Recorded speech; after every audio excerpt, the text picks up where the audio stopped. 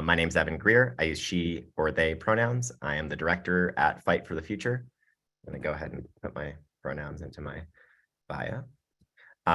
We've got a great panel of folks here who are going to be speaking about kind of a bucket of legislation that attempts to address legitimate problems and harms with large technology companies, but unfortunately fails to do so and would make a lot of those harms worse. We're going to be talking about the Earn It Act, the Kids Online Safety Act, the Restrict Act, and the newly introduced Stop CSAM Act, and explaining what our concerns are with these bills and what we think lawmakers and regulators should do instead to protect children, protect our democracy, and ensure basic human rights and free expression for everyone. So that's what we're going to be discussing today. I know it takes folks a few minutes to trickle in. I'm going to give it just 30 more seconds or so because we are a few minutes after our start time, and then we'll kick things off. I will avoid introducing the panelists multiple times to respect all of your time. So I will just kind of hop in between each speaker and introduce the next speaker. We will have a recording of this afterwards to share with members of the press or congressional staff, et cetera. So if you have to leave early or something, don't stress. Feel free to reach out to myself or Anna at fightforthefuture.org, and we will happily share the recording with you. And obviously, everyone here is heavily engaged on these issues and available to bring their expertise if you're looking to discuss in more depth any of the issues. I believe we will open it up for questions from members of the press at the end, so feel free to stick around for that. Obviously, Senator Ron Wyden will be joining us around 12:40 in about 20 minutes. Senators' schedules are senators' schedules. So when he comes through, we will obviously give him some time to speak. If press are able to stick around to ask him questions. So again, my name is Evan Greer. I use she, her, or they, them pronouns. I'm the director here at Fight for the Future. And that ends my elevator music ensemble. And now I will kick us off. So I'm going to introduce myself again. It's going to be awkward, but I'm assuming that some folks are still joining. So here we go. My name is Evan Greer. I use she, her, or they, them pronouns. I am the director here at Fight for the Future. We're a nonprofit that's been around for about 10 years, and we're probably best known for helping organize some of the largest online protests in human history, opposing dangerous legislation that would have led to widespread internet censorship and calling for accountability and regulation of the tech industry to ensure basic human rights for everyone, particularly for marginalized communities. Today, we have an excellent panel of experts who are going to be talking about a group of bills that are well-intentioned but deeply misguided. We're going to be talking about the Kids Online Safety Act, legislation that was just reintroduced yesterday with new changes that unfortunately do not address the serious concerns that have been raised by human rights organizations, LGBTQ experts, and folks from across the human rights community. We're going to be talking about the Earn It Act, a dangerous bill that has been roundly condemned by nearly every major human rights and LGBTQ organization in the country, and which has been reintroduced, or which is supposedly going to be marked up tomorrow, but appears to be more or less identical to previous versions of this bill without any of the problems addressed. We're going to be talking about the Restrict Act, which has been billed as sort of a banning TikTok bill, but actually would go much further than that and give extraordinary power to the federal government to crack down on individuals' use of technology in ways that, first of all, violate the First Amendment, but otherwise undermine people's basic human rights and free expression. And we're going to be talking about the newly discussed Stop CSAM Act, which unfortunately has a lot of the same problems with the Earn It Act and attacks end-to-end encryption, a technology that is essential and life-saving for many marginalized communities. I'm going to allow our panelists, who are experts, to really dive into each of those bills individually. But for myself, I wanted to just start by acknowledging a few things and setting the table a bit here. So I will say for myself and my organization, Fight for the Future, we believe that big tech companies are doing tremendous harm. We believe that big tech is harming kids, and we believe that there is significant urgency for lawmakers to do their jobs and pass effective regulations that actually change that situation and protect kids. The bills that we are talking about today will make all of the problems that we are discussing worse, not better. These are bills that will make kids less safe, not more safe, So we are not here to kind of offer you up some theoretical debate between values of privacy and civil liberties and free expression and the safety of our children. We are here to explain to you why we believe these bills will make our children less safe. I'm a parent of a 12-year-old, and I care deeply about my 12-year-old's future. And for me, I want to ask not just what policies will make the internet more sanitized or safer for my child, but what policies governing the internet will lead to the type of world that I want my child to grow up in. And that's a world where she has access to human rights, where she has access to accurate, life-saving information about issues like mental health and substance abuse, and where she has access to online community. And that is true for so many children, particularly LGBTQ kids who are facing unprecedented assaults across the country. And we have some experts who will be able to speak to that. So I'm going to come back at the end and we'll kind of play cleanup and say a bit more.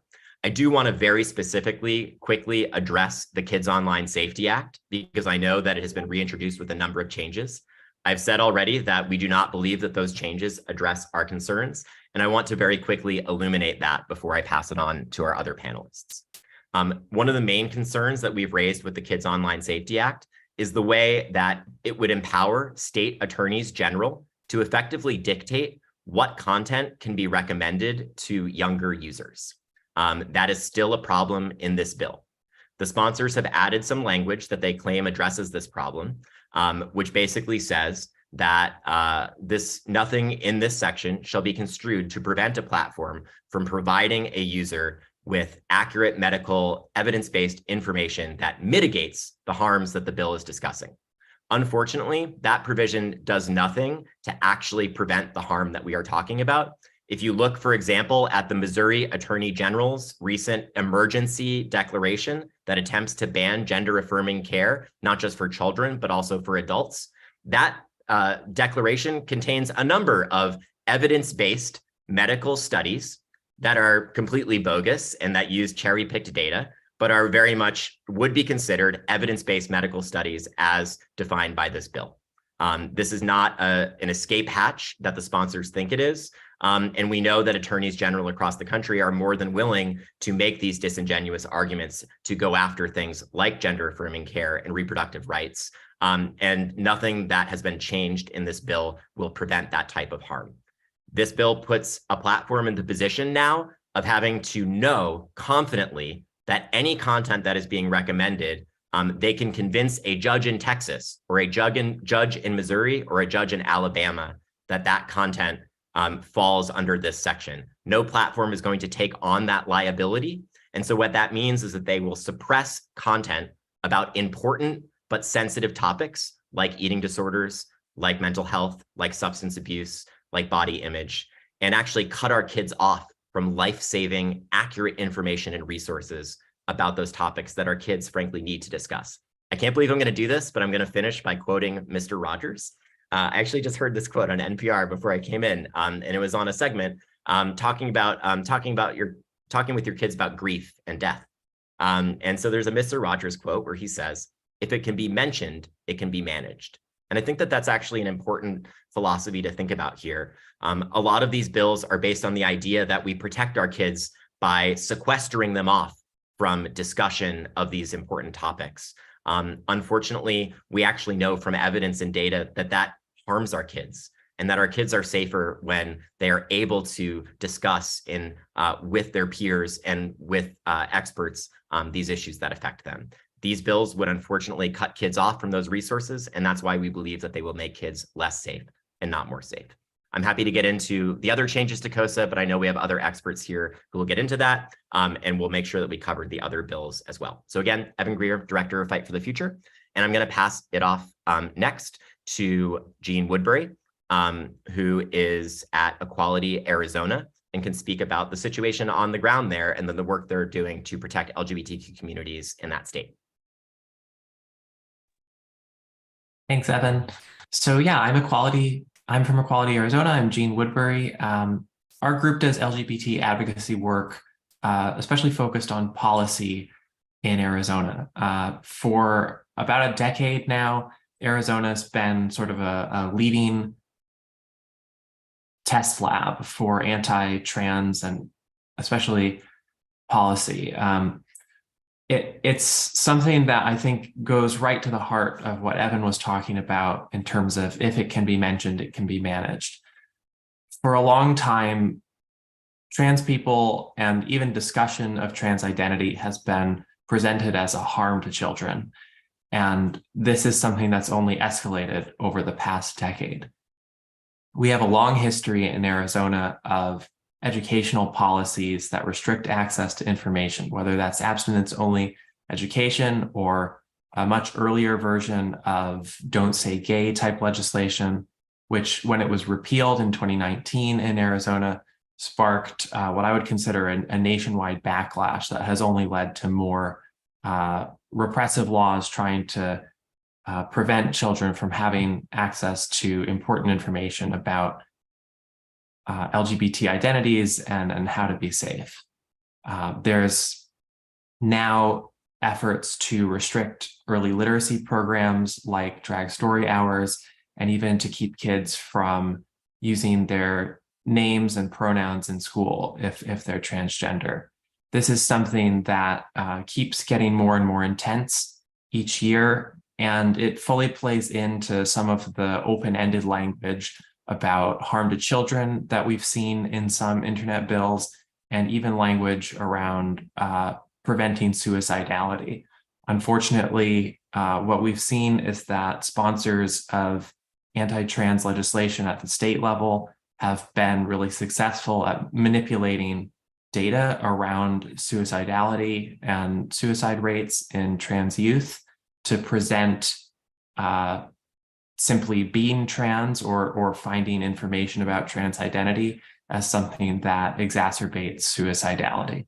So we need to be really careful when we take a big approach at the national level to make the internet safer, not to play into the hands of a really coordinated group of people who have been refining anti-trans policy for over a decade now. And this is something that, I'm in a position to see firsthand working in Arizona as a LGBT advocate, but it's something that I hope we can all take into account when considering important legislation to rein in some of the abuses of big tech and to make the internet safer and more open for everyone. Wonderful. Thank you so much, Jeanne. And those are incredibly important points to, again, just recognize that while we all want to reduce these harms, when we start putting things like this in legislation, we need to recognize the ways that different attorneys general across the country interpret something like harms to children. Something I think others on this call have noted is that Senator Marsha Blackburn, one of the sponsors of this bill, has actually said that she believes racial justice education is harmful to children, for example. And so again, we just need to be clear about what we are talking about to avoid these concerns. I see we have Senator Ron Wyden has joined us. Hello, Senator. Thanks so much for being here. Great to be with you, and good work by you and all the folks that fight for the future, and the ACLU and Kate at Reframe Health and Justice, Equality Arizona, India at EFF. I feel like I'm running with the NBA All-Stars of sensible policy. Excuse me for Thanks so much, Senator. Excuse me. Well, in the interest of the senator's time, Senator, would you like to go up next and go ahead? And then we can go back to the rest of the run of show. That works well for us. Is that all right with everybody? 100%. Please, Senator, go ahead. My bottom line here is these bills are going to make kids less safe. And let's start with earn it and stop CSAM. Now, I very much share the goal of these bills. CSAM is a toxic plague on the internet. There are real victims who need support and real criminals who've got to be hunted down and locked up. However, these bills are going to weaken the single strongest technology protecting kids and families online. And we're talking about strong encryption. They will make it easier to punish sites that use encryption to secure private conversations and personal devices.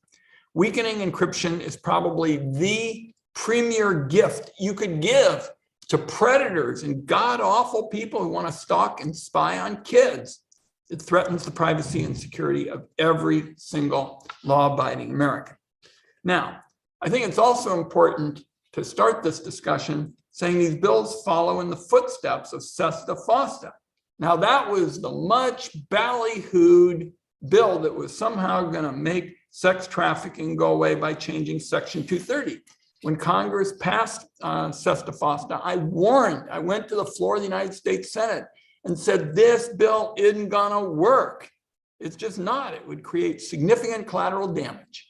5 years later, SESTA-FOSTA has done nothing to protect victims or bring sex traffickers to justice. What it has done is it's driven sex work to the dark web and dark alleys, and by all accounts, violence against sex workers has skyrocketed.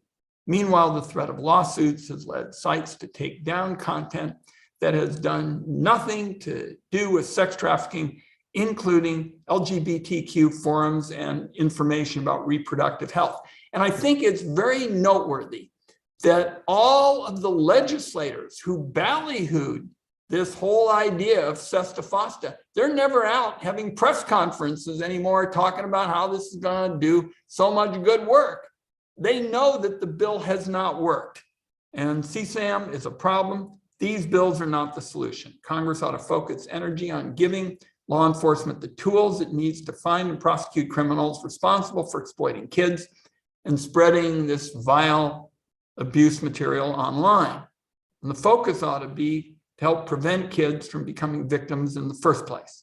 So I'm going to be introducing my bipartisan Invest in Child Safety Act very soon to direct significant resources to do three things. We're talking about $5 billion here. Give law enforcement agencies the tools and personnel they need to catch the predators who create and spread CSAM. Fund community-based programs to prevent at-risk kids from becoming victims in the first place. Invest in programs to support survivors of abuse. Any legislation that doesn't include these pieces, in my view, misses the point. Now, I want to make one quick point about the Kids Online Safety Act. Giving extremist governors the power to decide what content is safe for kids is a non-starter. Ron DeSantis and Greg Abbott are using every bit of power they have to go after queer and trans kids, censor information about reproductive health, and scrub basic history about race in America. I'm not about to give them even more power. I share the sponsor's goal of making the internet safer for kids. I appreciate the bill wants to limit addictive design features targeted at kids and believe that's something that ought to be debated and deserves real consideration. I urge my colleagues to focus on elements that are actually going to protect kids rather than just handing big quantities of more power to MAGA Republicans to wage a culture war against children. Finally, I think the most important thing Congress can do to improve the internet for kids and everybody else is to pass comprehensive privacy legislation. This fight, guys, has been the longest running battle since the Trojan War.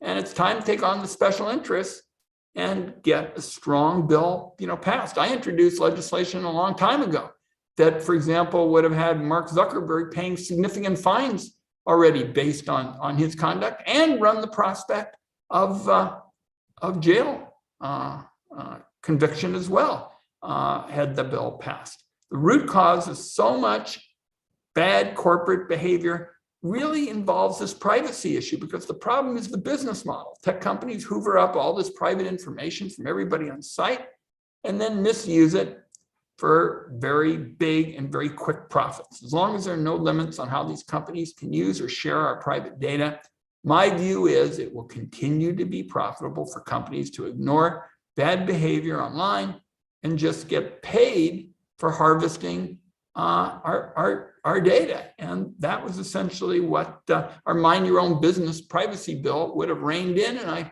still for those ideas. So I'm making the case that Congress ought to focus on privacy and security and not just hand over more power to MAGA governors, give them another weapon that they'll use against their political enemies. And Evan, thanks for having me. Thanks for the good work you all are doing and all the good people that I'm looking at on my screen. I look forward to seeing more of y'all in person. I thought that was part of what we were going to get coming up, and everybody's still online all the time, and I want to see you guys in person. Take good care. Thanks for the good work, and we got a lot to do, and we're going to stay at it till we win. A lot of people were counting us out years ago.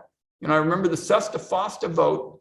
I might have to check with Chris and Keith and Rachel and everybody in the office, but I think I was, for a long time, it was 99-1, and then I think Rand Paul joined me on SESTA-FOSTA. It might have been 98-2, but you know, because you guys stayed out there and you made the case, we showed why it wouldn't work, and we offered an alternative. You might remember on the floor of the Senate, I offered a proposal to have substantial funds directed to prosecution and prevention.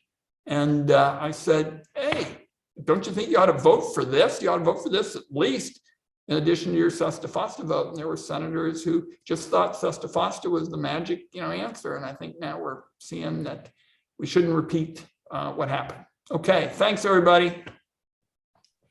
Thank you so much, Senator Wyden. Deeply appreciate your leadership on these issues. And, in respect for your time, totally understand if you have to head out. But the rest of the panel will be here to take questions, and we'll just keep it moving. I will just quickly underline what Senator Wyden said, that Fight for the Future is a strong supporter of privacy legislation. I think many other organizations here are as well. We also strongly support some of the other ideas that have been floating around out there. We absolutely think lawmakers and regulators can crack down on predatory and abusive design practices like autoplay and infinite scroll and intrusive notifications. We absolutely think that we can regulate things like surveillance advertising that we know are powering business models that are harming kids. So no one here is saying, sit on your hands and do nothing. We're saying we need to get this right. Our kids deserve that. Up next, we have Cody Venzke from the American Civil Liberties Union. So Cody, take it away. Excellent. Thank you, Evan. And I completely agree with the point that you highlighted, which is we support making the internet a safer, more open, more accessible place, not only for kids, but for all people, including LGBTQ plus people and racial minorities. But these particular bills would undermine that goal. We can make the internet safer and more open without undermining civil rights and civil liberties, or, as the bills we're discussing today would ultimately do, make the internet less safe for kids and children. I want to focus on three sort of structures that these bills all include and why they raise red flags for civil rights, civil liberties, and ultimately kids' safety. One is opening up platforms to civil suits for lower knowledge standards than what is currently allowed under the law. The second is undermining the warrant protections in the Fourth Amendment. And the third is the targeting of content by some of these bills. So let's talk about the lower knowledge standard. This ultimately bears on what Senator Wyden was speaking about, which is the attack on end-to-end encryption and secure communications, which are vital for the security, privacy, and safety of all people online. This comes from the fact that current law does not immunize platforms for criminal conduct. And specifically, current law requires that allows platforms to be criminally liable if they knowingly distribute child sexual abuse material. But some of these bills, the Earn It Act and the Stop CSAM Act in particular, would drastically drop that requirement and instead allow platforms to be held liable for mere negligence in civil suits. Although that might be a good thing, although that might sound like a good thing, it would ultimately create a broad chilling effect for platforms.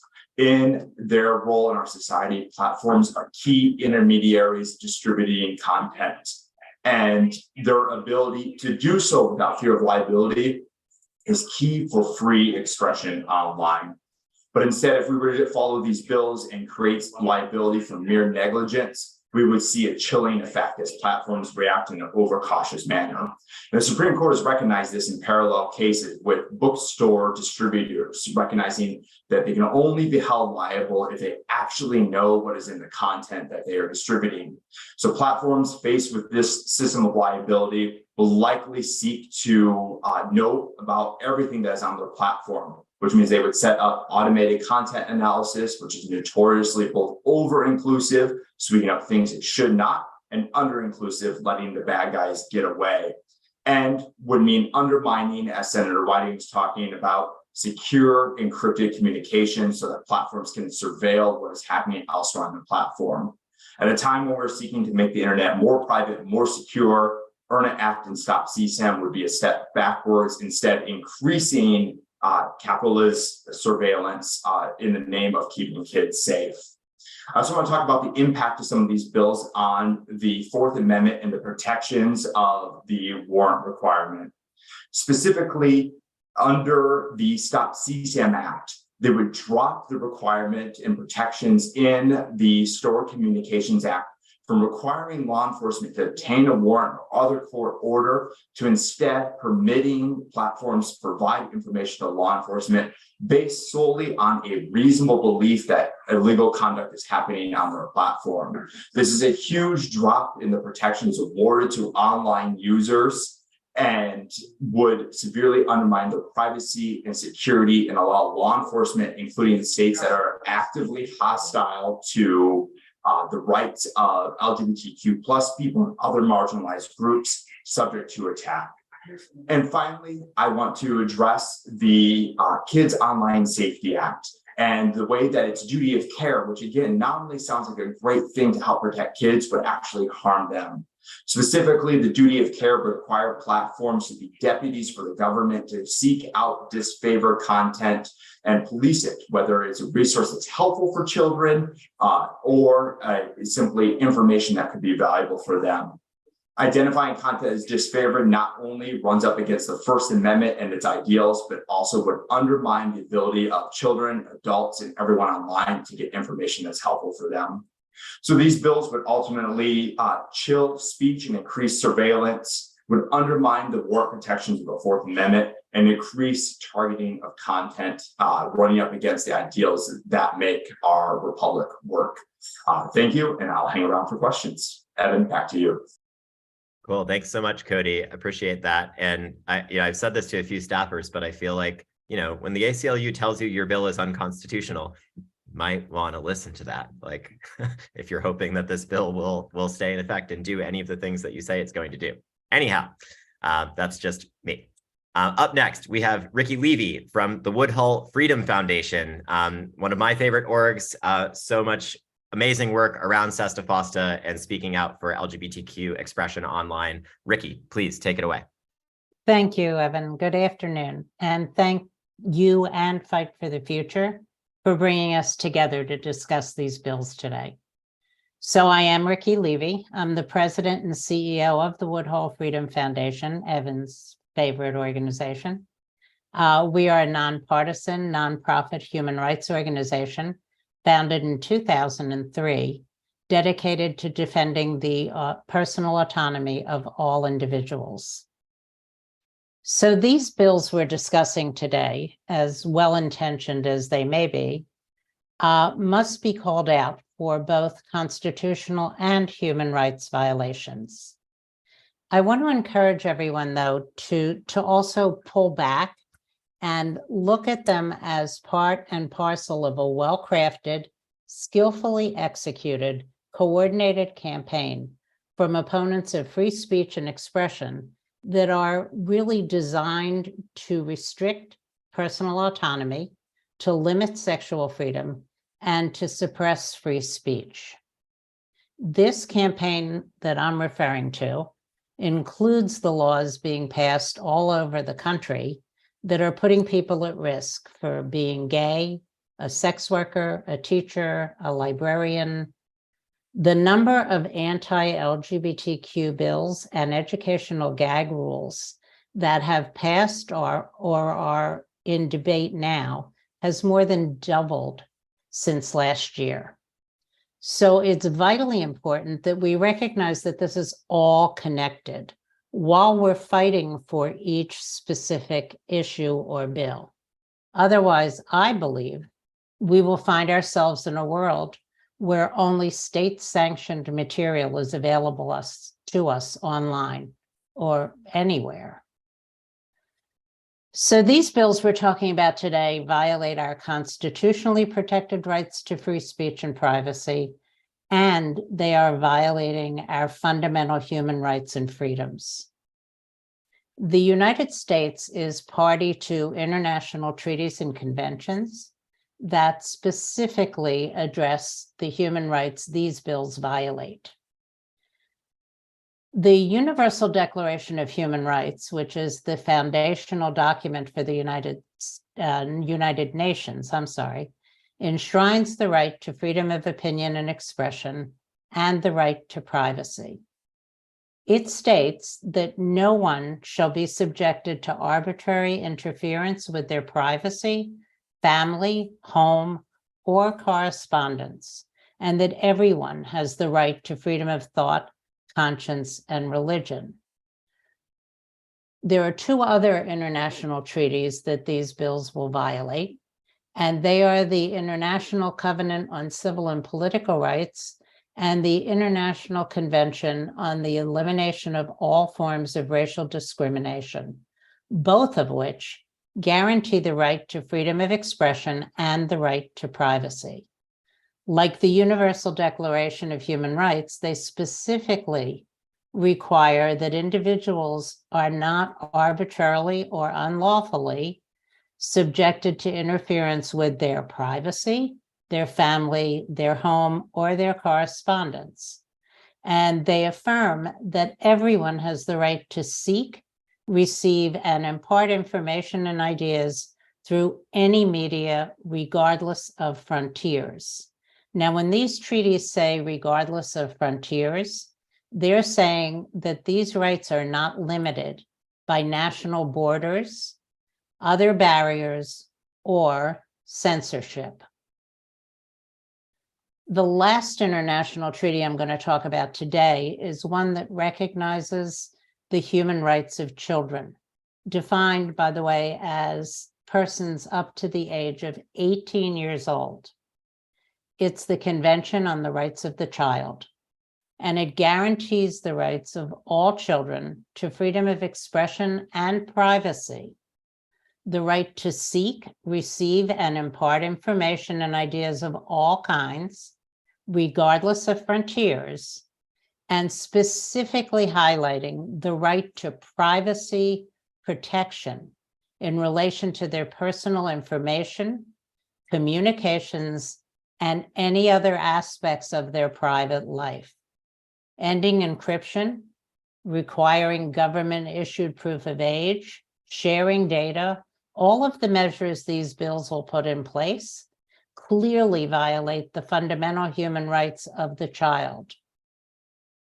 So these bills are cleverly named and crafted to give the illusion that they're about protecting children. And remember, a child is anyone up to 18 years old, and about stopping sex trafficking. We know about the false promises of legislation. Senator Wyden spoke earlier about Sesta Fosta, and Woodhull is the lead plaintiff in the federal challenge to that unconstitutional bill, Woodhull Freedom Foundation versus the United States of America. It's been a 5-year court battle so far, and so I'm all in favor of stopping these bills before we have to challenge them in court too. We can all agree that child sex abuse materials online should not be available, but we shouldn't have to give up our rights to privacy and free speech to accomplish that. When that's the stated goal of a bill, it's hard to stand against it if you're an elected official, even if you know that they're unconstitutional and violate human rights. Senator Wyden shared that he was one of only 2 legislators with the courage to vote against FOSTA. So I thank you, Senator, even in your absence, for your courage then and now. In closing, I want to say again that these bills violate our fundamental human rights, rights that the United States has agreed to protect and defend. Thank you. Thanks so much, Ricci, and especially for helping us to zoom out to the global context here, because I think that is deeply important, especially when we're talking about issues like encryption. I'm going to keep us moving just because we've got more great panelists. So up next, we have Kate Diadamo from Reframe Health and Justice. Kate, please take it away. Hi, thanks so much. And thank you for pulling this all together and having this conversation. I'm actually going to do the exact opposite and pull us in and talk about this issue and these bills in really trying to concretize the experience that they're creating on the ground, really specifically around sex workers and folks that use drugs.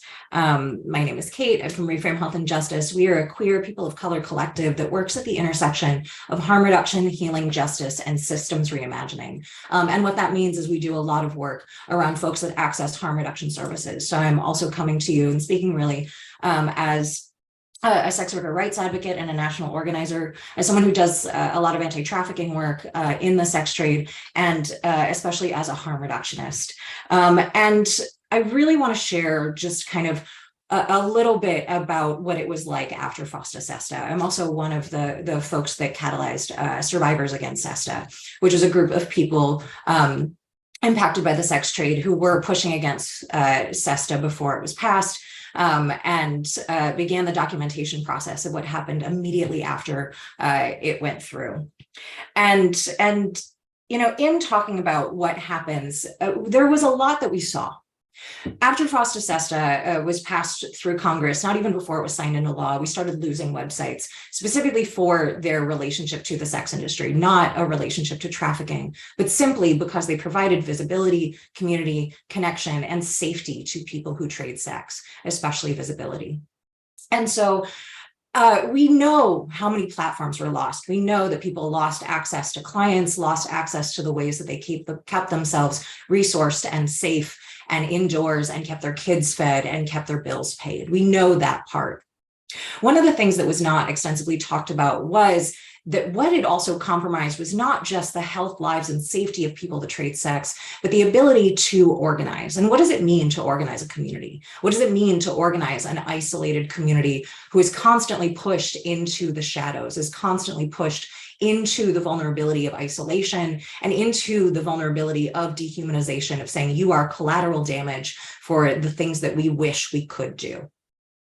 And what happens when you lose community organizing and community building in that space is that it concretizes the inability to find safety and to find harm reduction information, materials, resources, and the ability to play those harm reduction tools and tactics out.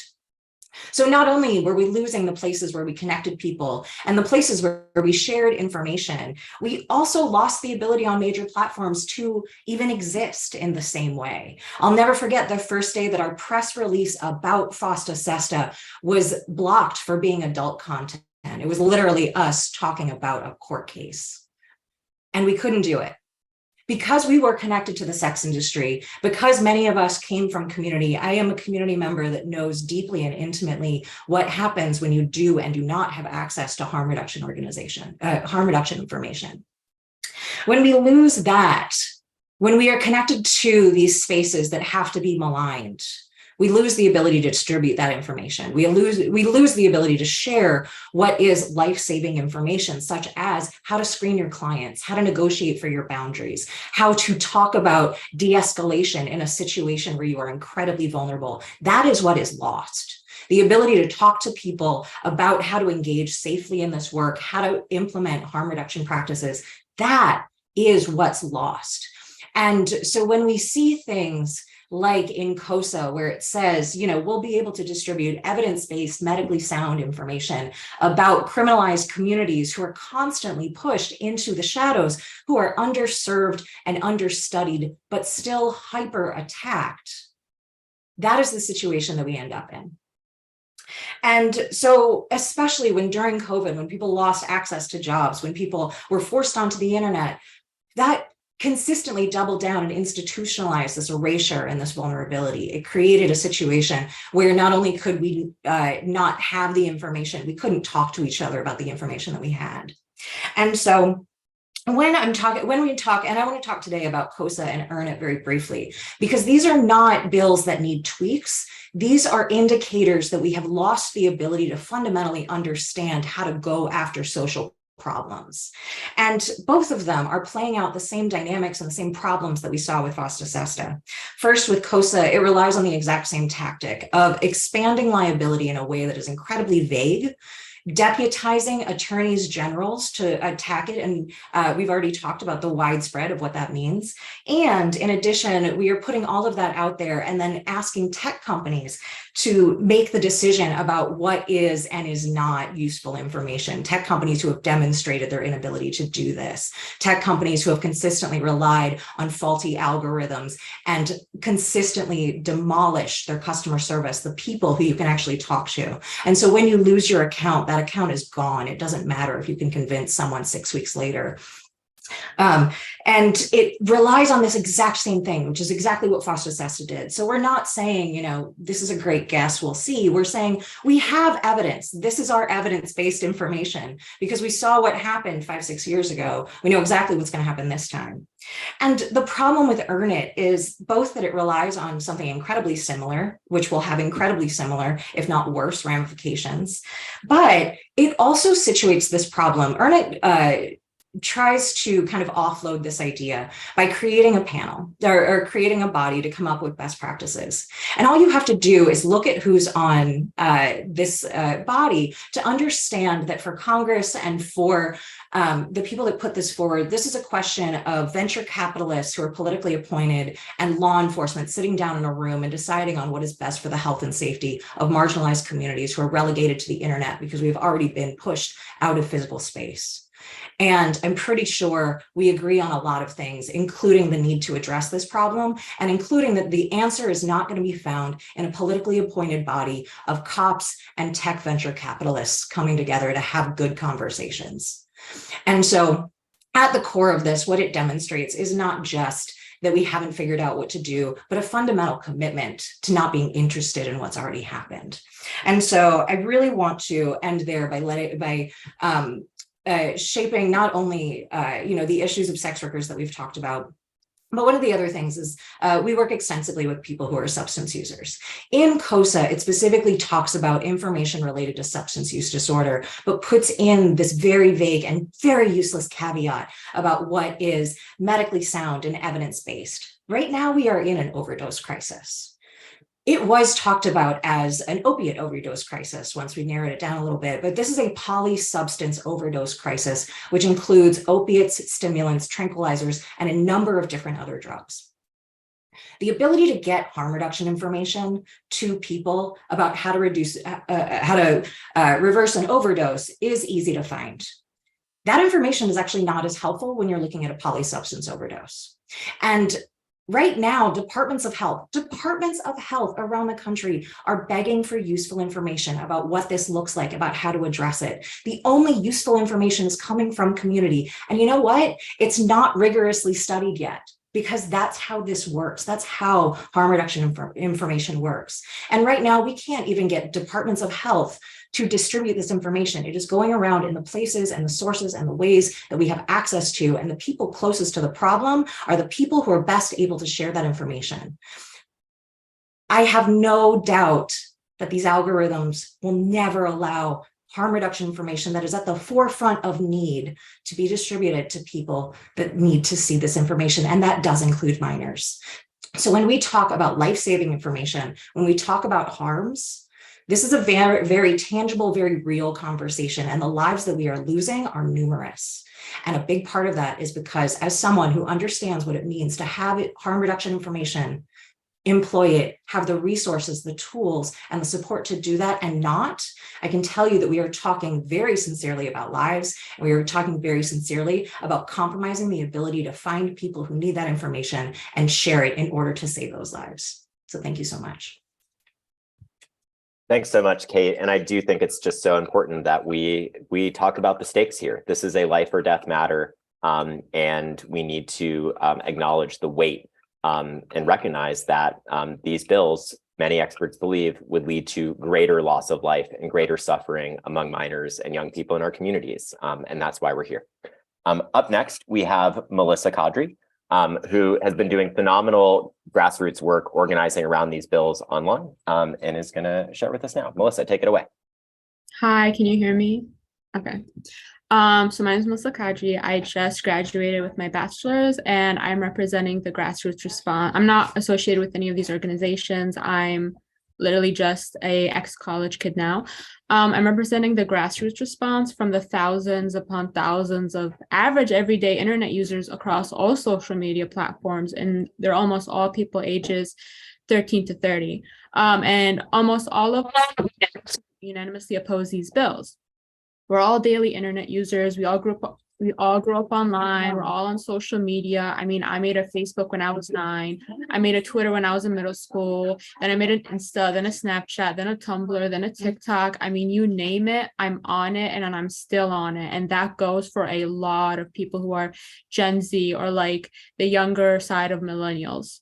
And the reason that I'm saying that I'm representing the thousands upon thousands upon thousands of these people who are opposing these bills is because when you post about these bills on Reddit, when you post about them on TikTok, on Twitter, you post the link to the text of these bills and you have these average everyday people open the link to the text of the bill, they're reading it and they're coming back terrified. You know, people aren't stupid. Gen Z is not stupid. They see right through these attempts at protecting children for what they are, which is mass censorship and surveillance and actively harming our communities.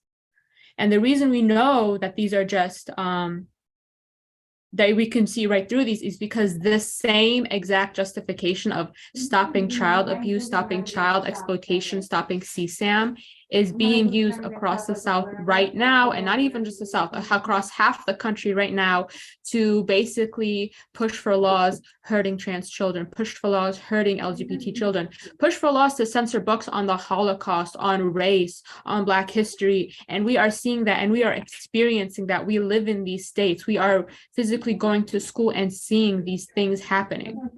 And when you go on TikTok right now, you're going to see thousands of videos with videos tallying up to the millions, and everyone's in agreement that these bills are bad and harmful and actively hurt kids and abuse children. I mean, the Earn It Act creates abuse by violating the boundaries of privacy of children. KOSA abuses children by letting the same far-right attorney generals steal resources away from them in a time of practically almost global chaos and need. The requirement for age verification in KOSA is abuse. We're one of the only nations in the world that hasn't signed on to the Convention on the Rights of Children in the UN. And you want to tell me that people like Senator Marsha Blackburn cares about children? You want to tell me that these senators, which have done nothing on gun reform, care about children?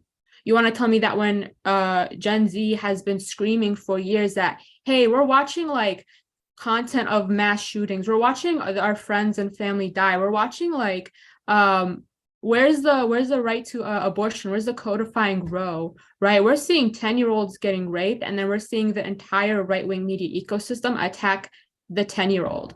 And then you want to ask, oh well, why is there a rise of mental health among children? Why is there a rise of ED culture? Why, eating disorder culture? How come 81% of 14 to 22-year-olds use social media daily after 2020? It's almost as if we're yelling at you that, hey, we are depressed, we are anxious. Look at what's going on in the world. Look at our daily lives. Look at what we grew up on, seeing war after war after war, seeing governments break down, seeing our rights getting lost month after month at this point, week after week, day after day. We can't even go to school without being terrified that we're going to get shot up. We can't go to the grocery store without being terrified we're going to get shot up. We can't go to a concert. We can't go to a park. You can't go anywhere. And the only place you can exist online with any form of safety without the risk of dying is, like I said, online. And kids know that, parents know that. And what's going on right now is that parents are terrified that they can't protect their children in real life. And they're terrified that they can't protect, and so all that fear is turning into protecting their children online. And instead of using parental tools that are already available, like whitelisting, like blacklisting, instead of using parental tools that are already available, like I was saying, they're pushing for these laws that they either don't understand or that are being sold to them as protecting children. And this is, like other people, everybody else has mentioned, that how these bills would work with harm, but I want to talk about how these bills are actively creating abuse.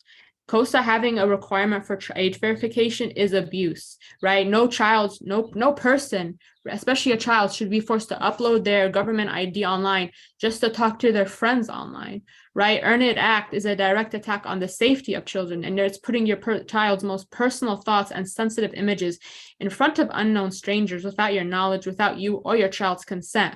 Because what these bills do is they scan everything so that they can take down CSAM, except these algorithms are built by the same faulty human biases that everything else in this country operates on. And they're not how this content is going to be taken down. So I want to bring up something that I experienced. So growing up, like I said, I've been on all social media, and I've seen the rise of mental health get worse and worse. And like I said, the past 3 years, you keep seeing these statistics that, 80% of like youth are on social media daily. And it's just like, what happened in the last 3 years for people to be on social media? It's almost as if we had a global shutdown. It's almost like I said, there's nowhere safe to go. It's almost as if while we're on social media, we saw Roe get gutted.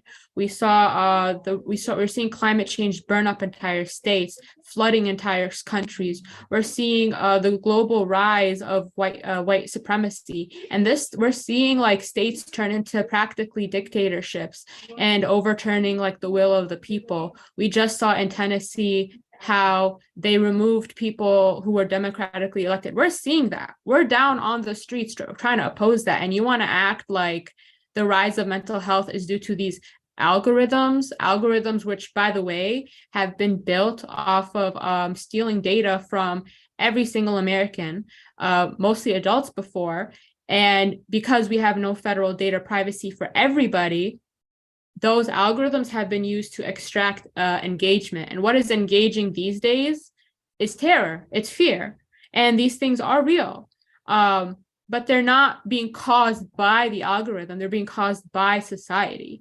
And acting like, we're just going to get rid of all this content is like putting a bandage on an open, infected bullet wound, quite literally, to be honest, which is a little morbid. I want to also bring up that I grew up on social media. Like I said, I made a Facebook when I was 9. A Twitter account when I was like in middle school.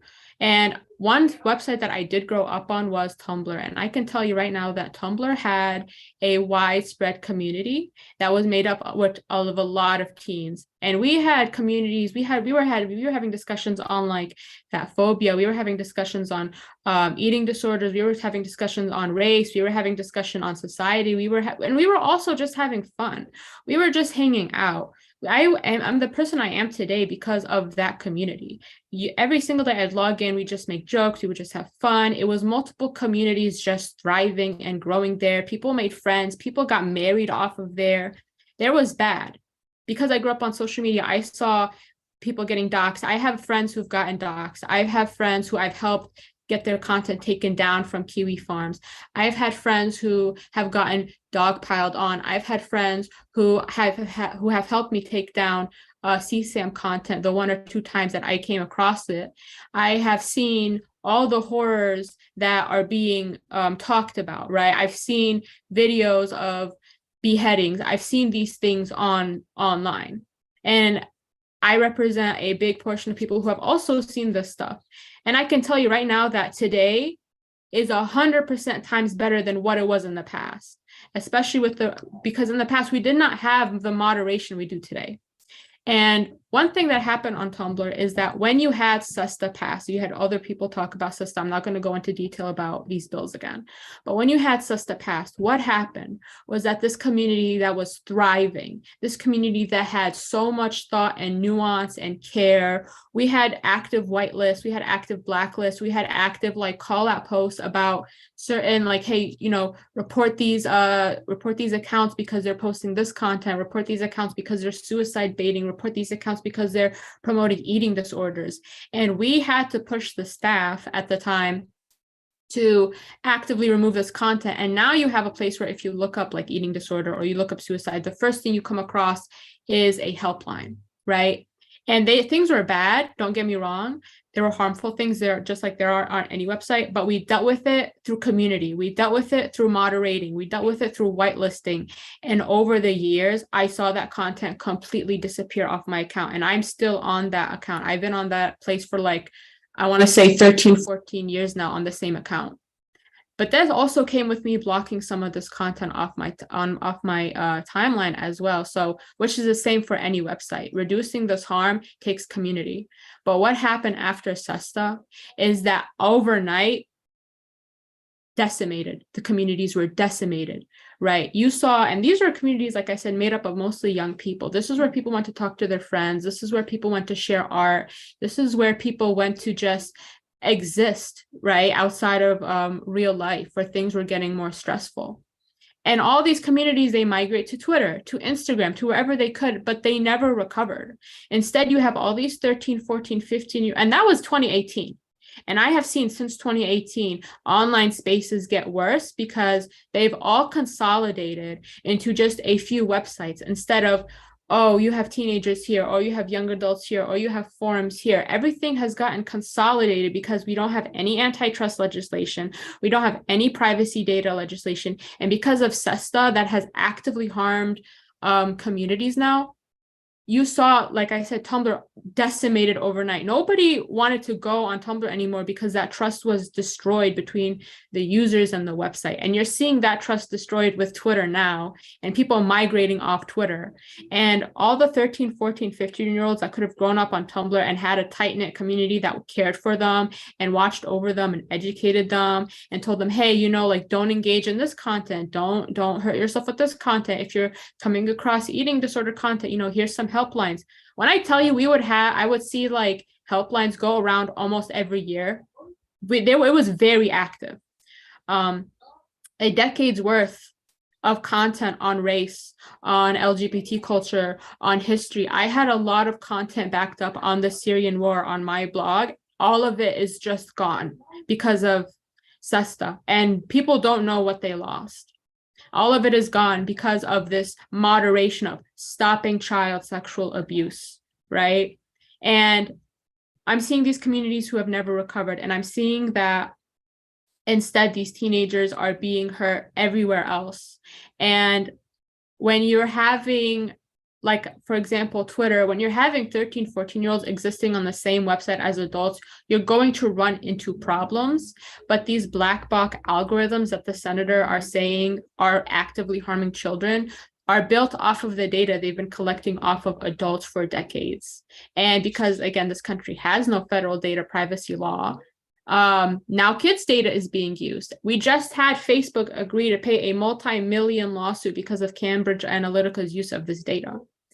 And another thing that I wanted to say, so I'm speaking a little over my time limit, these algorithms that Tumblr then used to take down CSAM content, I'm talking people's entire blogs, that a decade's worth of archive connections to each other, people's connections, content on race, archives filled with LGBT content, all of it decimated. People's life's work was on that place. People had blogs dedicated to history, dedicated to culture. I had, like I said, a blog dedicated to the Syrian war, and that content is gone. And because of SESTA, because of taking down child sexual abuse content. And the algorithms that they used were so faulty. Anything queer was related to pornography, which you're seeing play out across this nation right now, and exploitation. And they were successfully taken down. You can't recover these things anymore. These are average, everyday people. And I can tell you right now that these bills, on the surface, when you read these bills and you listen to these press releases and you listen to these senators, whether that's Restrict Act or KOSA or Earn It, they seem pretty cool on the surface. They seem like, oh yeah, well, TikTok is harming people, or TikTok is taking people's data and surveilling them, just like every other US website is doing that, because we don't have any federal privacy law. And people know that, at least in the case with TikTok, that it was a Republican firm hired by Meta. Like I said, they're not stupid. They're reading these bills, they're terrified. And I understand that kids are scared. I understand that parents are scared. I understand that parents lost kids. I understand that there are parents and kids going to the Capitol Hill talking about the eating disorders that they have gone through, talking about the content that they have seen, talking about the friends that they have lost. I've lost friends too. The anniversary of one of my friends' suicides just happened last month. Okay. And I can tell you the thousands and thousands and thousands of people and the views that tally up to the millions, all of those are a view from a different person. These bills are not the solution.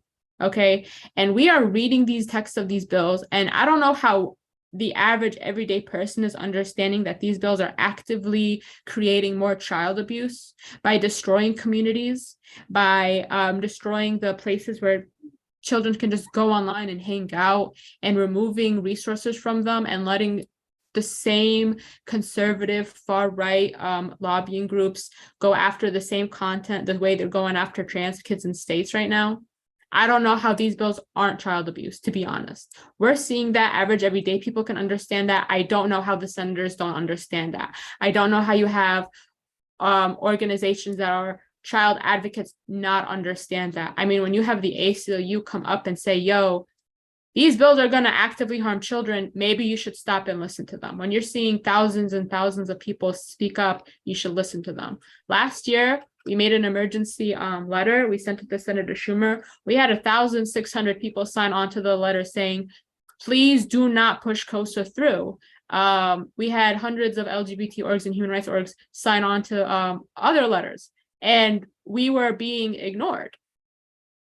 And one last thing that I wanted to point out is that people are equating these regulations to seatbelts. Like when seatbelts were first introduced, there was a lot of lobbying against them, but now everyone's better off and safer for it.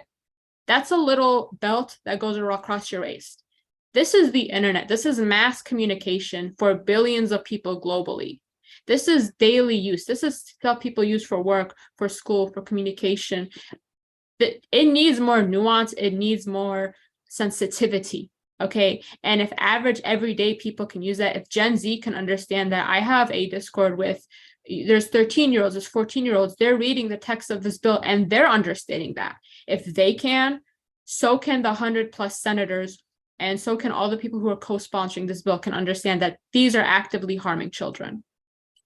Those are excellent points. Thank you so much, Melissa. I just have to be our facilitator with an iron fist and keep moving us forward, because I do want to make sure we have a little bit of time if there are press that are hanging around to ask specific questions about the text. But before we do that, I will hand it over to India from the Electronic Frontier Foundation. India, please go ahead.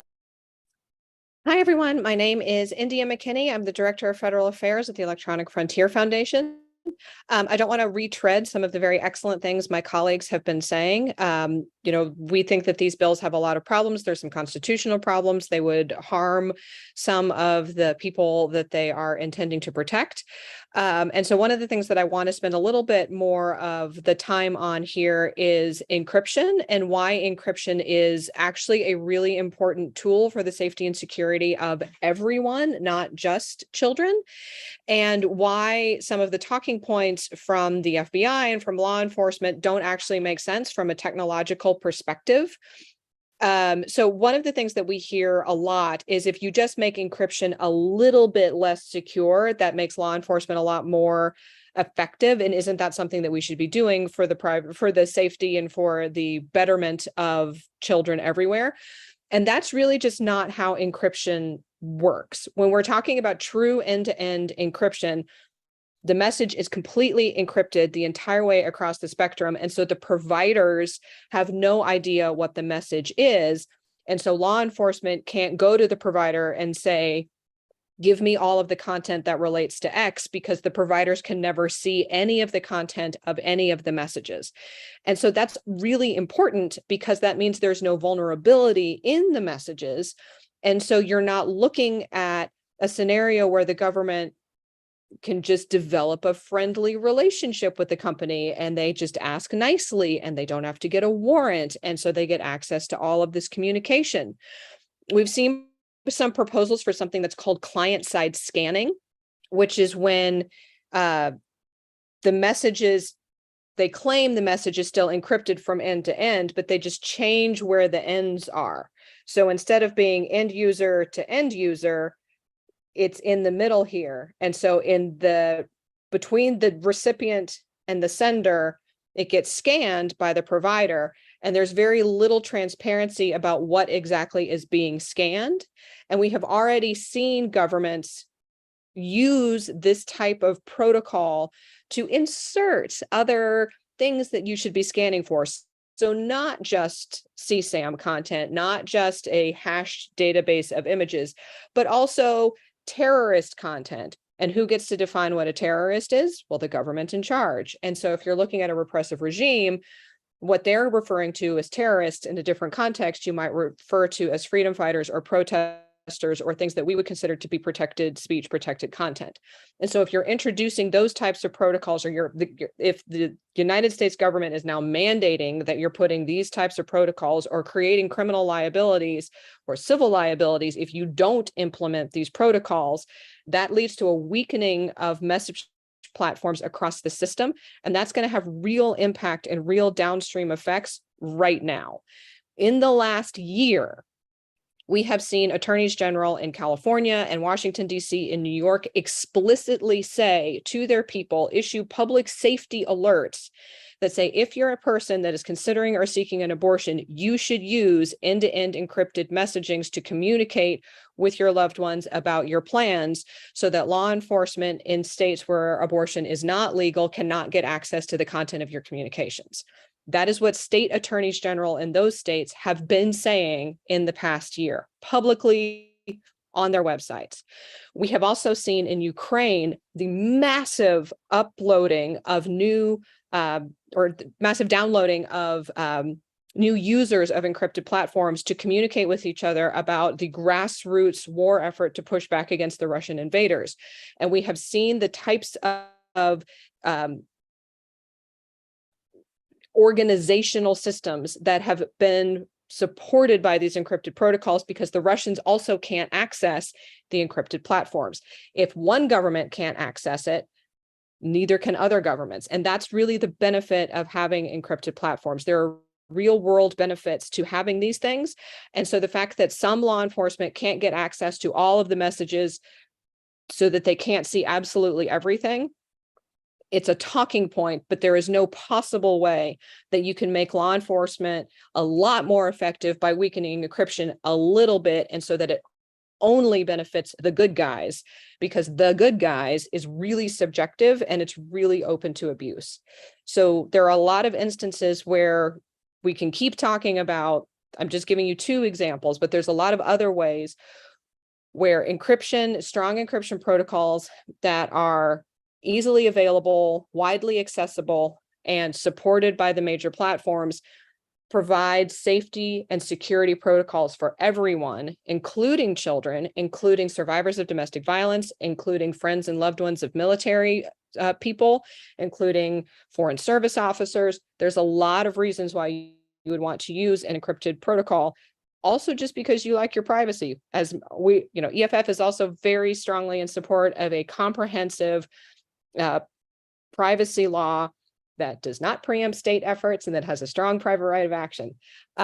So that would also go a long way into doing that. But if we're not going to get a federal privacy law, then we're going to use technology to protect our privacy, and that means encryption. Great. Thanks so much, India. And to all of our panelists, it's really great to just get folks together with expertise, because it's important that we talk about kind of the human impact of these bills. That is why we care and why we are all here. But in order to lead to impacts and to the results that we want, we need to get this right. And we need to not just do something so that we can say we did, but rather to do the right things. And I think that's what everyone here is urging our lawmakers and regulators to consider. We do have a little bit of time, and we can use the Q&A function in Zoom if folks want to type a question, or if members of the press want to raise their hand, we could briefly unmute you to ask your question. Text is maybe the easiest way, just kind of logistically. So feel free to type questions if folks have specific questions. I did want to note just one specific thing about KOSA. There's been discussion around KOSA and age verification. And I just want to clarify that the new version of the bill has text in it that kind of says, but none of this requires you to do age verification. However, I think all of the experts on this call would agree that we do not see any meaningful way that a platform could comply with this law without doing age verification. And so I just think it's important because, again, the sponsors of KOSA have made a number of changes and are out there saying, oh, this bill no longer requires age verification. That's just not really true in a meaningful way. And they will say this bill no longer covers something like gender dysphoria. That's also not true for all of the reasons that we outlined earlier, because an attorney general can argue, for example, that encountering LGBTQ content is making kids depressed. And in fact, they can even bring in a study showing that LGBTQ kids are disproportionately depressed to cover their evidence-based basis. So again, we can get more into specifics. These bills are complicated. There are real stories of harm that are out there that need to be addressed. We do not believe these bills will reduce that harm. We believe it will make them worse. And we're happy to take a few questions now. And if there are no, and we can all reclaim a few moments of our lives and get some coffee before lunch. So I'll leave it hanging for 30 seconds to see if there are any questions from members of the press.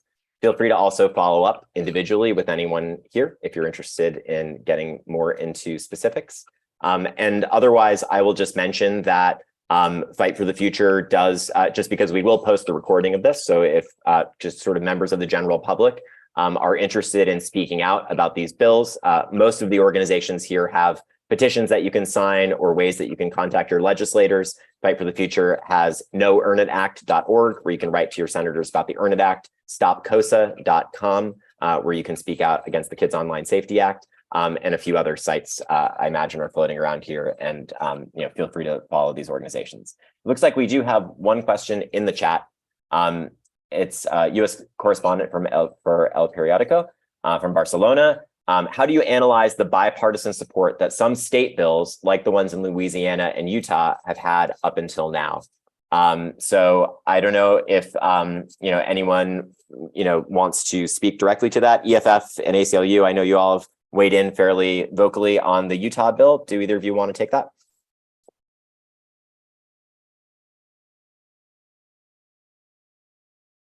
All right, I'll just take it. So what I would say is that I think, historically, again, what we're seeing is sort of an unholy alliance where there are well-intentioned lawmakers that want to protect kids online. And then there are lawmakers like the ones who have passed more than 400 anti-LGBT laws across the country who want to control online speech and restrict free expression of marginalized communities. Unfortunately, they seem to be working together, which is, again, what we are seeing, where a senator like Senator Marsha Blackburn, that explicitly has called for banning things like gender affirming care, is working with a Democratic senator who says he cares about LGBTQ rights on a bill that would harm our community. And so I think it's a bit of, again, there are real harms here, and parents have valid concerns, kids have valid concerns, and unfortunately, those valid concerns are being weaponized against our communities. And frankly, the pain and suffering of families and children are being used and exploited to advance legislation that would not have prevented that pain and suffering. That's how I view that bipartisan support for those regulations.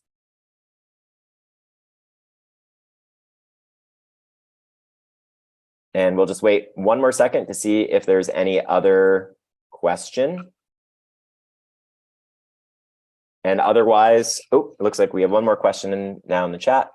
Oh, just a thank you. You're welcome. And otherwise, why don't we wrap up here? Thank you again to all of our phenomenal panelists and to members of the press who attended. Thanks to Senator Ron Wyden for speaking out on this issue and bringing some sense to tech policy in Washington, D.C. And thanks to all of you for tuning in. My name is Evan Greer, she, her, they, them, Director of Fight for the Future. And it's been a pleasure to be here with you all today. Have a great rest of your day.